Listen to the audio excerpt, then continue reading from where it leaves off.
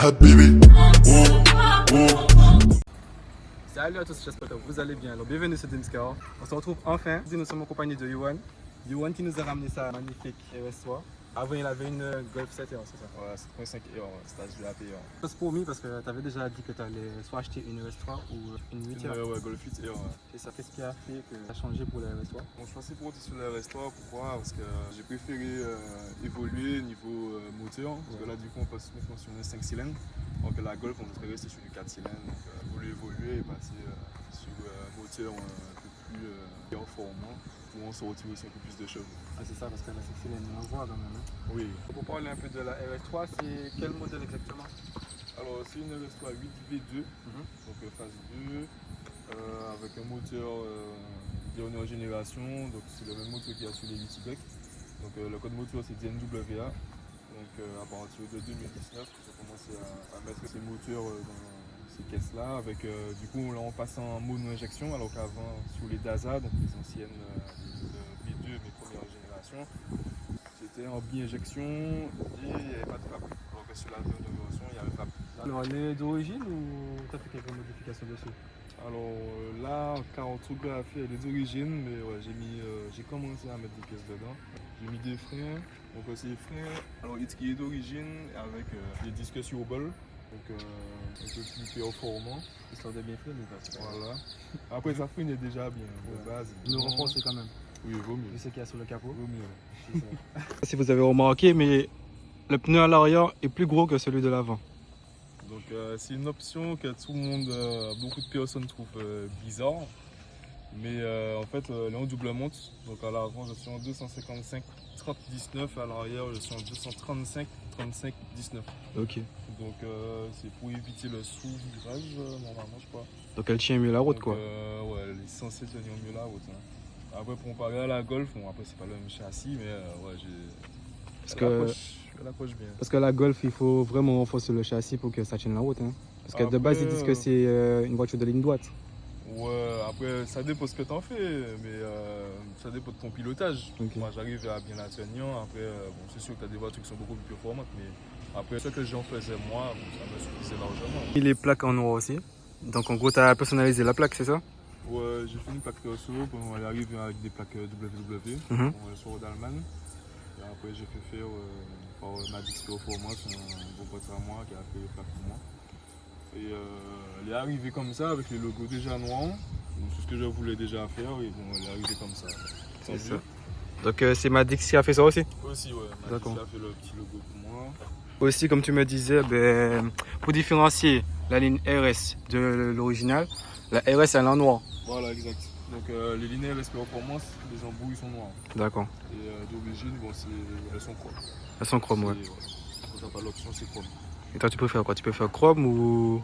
Je préfère noir. Tu préfères noir? Ouais, c'est plus agressif. D'accord. Je trouve. Donc, pour parler un peu du moteur, qu'est-ce que tu as fait exactement dessus? Donc, sur le moteur, bon, il n'y a pas vraiment grand chose d'apparent. Donc, j'ai pas encore changé l'admission, c'est à venir. Donc, l'admission, t'as tout ça là que je vais changer aussi. Tu m'as dit qu'il y a la ligne RS dessus. Ouais. Et tu l'as dit Kata, c'est ça? Ouais, donc d'origine, il y a déjà la ligne RS, RS Performance. J'ai juste rajouté après la descente Miltech, donc des Kata des FAP. Et j'ai fait une suppression intermédiaire aussi. Donc, après, bon, t'as les bougies, bobines, bon, qui sont en dessous, on pourra pas forcément voir. Sinon, rien d'extraordinaire, il n'y a pas de gros changements sur le capot. Pour le moment? Pour le moment. Parce que tu souhaites passer à plus de chevaux? Oui, après, on va essayer aussi d'aller au Run. Ok. En Guadeloupe? Participer au Run, ouais, en Guadeloupe. Donc il y a un en mars, mon mars ne serait pas là. Mais celui de juillet, normalement, on va essayer d'y être. Ça demande chez quelques voitures? On va essayer. Alors, tu avais une Seat? Ouais, j'avais une Seat Cupra. Ok. Donc une Cupra 6P, tâche 3. D'ailleurs, il y a une vidéo qu'on avait faite avant à l'époque quand je l'avais. T'en fais combien? Ça retient environ 330 chevaux. Donc stage 3, c'est 92 d'origine. Avec turbo IS38 de Golf R. Ah ouais, ça marche. T'as fait un bon truc dessus. Faut passer de 192 à 330. Alors c'est pas moi qui avais fait cette prépa, je l'avais juste amélioré. Ouais. Et bon, après celle-là, j'ai décidé de partir de zéro, partir d'une voiture saine, Ouais. sans prépa et de la préparer moi-même. Je suis plutôt content de le faire avec l'aide du local team. Sur cette voiture-là qui a monté la ligne, etc. Sous ma Golf, c'était LMD Motoring qui avait fait pour moi la mécanique. L'embrayage était bon aussi, on fait l'embrayage pour moi. Franchement, c'est deux bonnes équipes, LMD Motoring et local team. Donc à Paris, Garage Marie-Joseph. Donc les deux, c'est des préparateurs. Ouais, ce sont des préparateurs, un peu mécaniciens, il faut des mécaniques de tous les jours aussi. Ils peuvent très bien te faire un embrayage d'une Twingo et te monter un échangeur sur une RS3 par exemple. Ils sont capables de faire tout ça. Franchement, ce sont deux bons garages. Pour parler un peu de l'intérieur, tu m'as dit qu'il n'y a pas de grands changements. Non, il n'y a pas de gros changements, à part les LED que j'ai rajoutés par mes soins. Ok. Et comme tu me disais, c'est ta société qui a fait que... Ouais. Donc du coup, j'ai ouvert ma société. Là maintenant, je fais des traitements céramiques, lavage. Je fais aussi des installations d'accessoires automobiles. Donc tout ce qui est LED intérieur, éclairage d'ambiance. Je peux changer aussi les volants, couverture de volant, console centrale si par exemple tu l'as en carbone. Je peux. Il y a pas mal d'options. Après, il faut voir sur le catalogue ce qui est possible de faire ou pas. Ah, mais tu proposes beaucoup de choses quand même, hein? Oui, après, en tant que passionné, j'ai fait mes recherches et j'essaie de proposer un choix, un large panel d'accessoires pour les voitures. Donc, comme pour moi-même, j'ai envie de la rendre un peu plus esthétique. Après, à venir, j'aurais par exemple changé les palettes. Donc, genre, tu mettras les palettes un peu rouges là? Genre les rouges de palettes? Moi, ce serait mettre des palettes en carbone, des palettes Urus. Après, pour le volant, si je le change après ou pas. Alors, si ce qu'il propose vous intéresse, abonnez-vous à son Insta. C'est Select Car Custom, c'est ça? Exact. Bon, ça y est, on est à l'intérieur. Elle chante pas mal, hein? Oui. La Decata des fois, ça chante bien. Comparativement à la Golf où j'avais fait la même chose, j'avais Decata. Il n'y avait pas beaucoup de son. Ouais, je me rappelle. La RS3 a plus de son que la 7.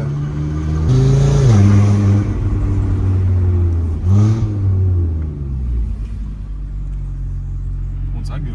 Ah ouais? Oui. Quand tu vas accélérer? Ouais, tout le monde sait ça. Vas-y.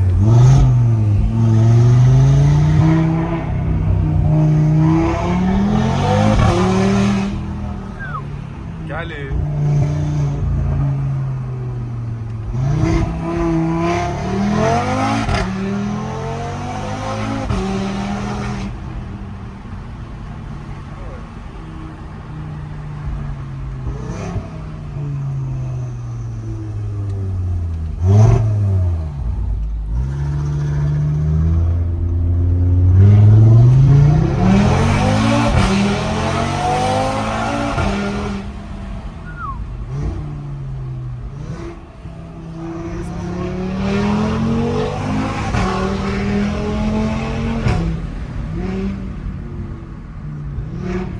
Là, c'est pas là comme c'était, ouais. Ah ouais.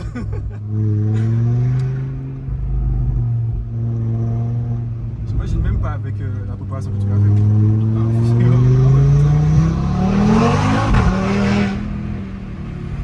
Quand ça claque, frère.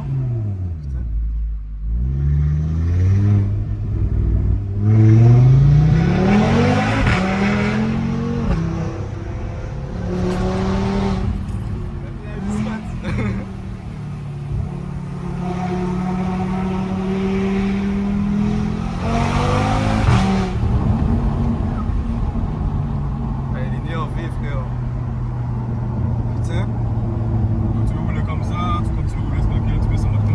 Ça. Là, tu peux ramener tes enfants, tranquille, ta femme. Tranquille. Là, plus de bruit. C'est ça. C'est en mode hybride là. Ah ouais. Mais quand t'es en mode confort, genre, t'as combien à peu près? Ça change pas vraiment? Ça change pas. Les rapports sont plus rapides en mode S. Après, bon, les suspensions, ça reste pareil parce que j'ai pas la DCC. Ouais. Enfin, magnétique, je veux dire. Les clapets qui s'ouvrent en mode sport. Tu peux paramétrer aussi en mode individuel. Ok. Bon, t'as pas. Après, niveau puissance, bon, c'est vrai que bon, tu le ressens un peu parce que bon, la boîte est moins rapide, tu le ressens. Ouais, c'est un peu bridé quoi. Ouais, légèrement. Après, j'ai déjà roulé en mode confort. Après, oui, non. bêtises, oui. J'ai déjà fait un essai, effectivement, oui. Ça brille bien. Ok. Mais c'est pas énorme, quoi. Par exemple, ça m'arrive de rouler en mode individuel. Mhm. Donc le moteur en mode confort. Donc échappement ouvert, châssis quattro. Ça marche tout aussi bien. Mais le rapport est plus bas. Ouais, en c'est mode mieux. confort, Genre, parce qu'en fait, le rapport est plus long. ouais, On va peut-être faire un test. Vas-y. Ouais. On va mettre ça en dynamique. dynamique. Je vais même mettre en entier.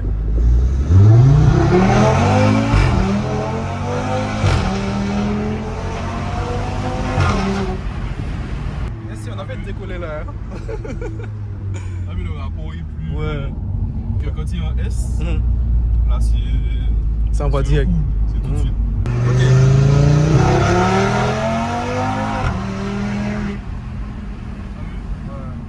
Ça fait qu'on dit t'entends plus.